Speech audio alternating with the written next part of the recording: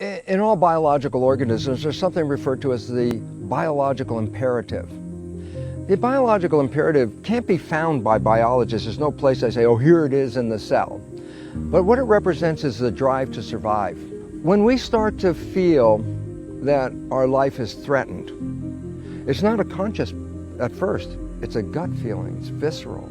Something in my gut says something's not right. This is the biological imperative looking at your potential future in the world that you're living in.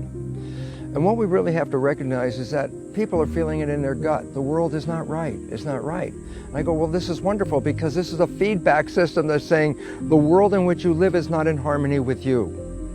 And therefore, what it really means is that we have to change how we influence the world in our own way.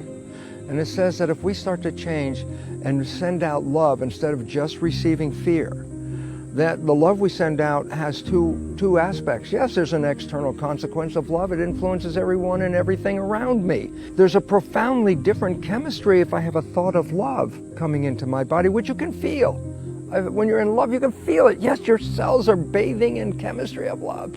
But when you have fear, it's a different chemical response. It gets you girded up for response, protection, walling you off from the outside. I don't want that thing to come in and take care of, my inside. And I say, well, what's the relevance? And the answer is very simple. The chemistry released by the brain in fear shuts down the growth mechanism of the body, shuts down the maintenance of the body to conserve energy. And the biggest thing is there's only one consequence, and that is disease and illness.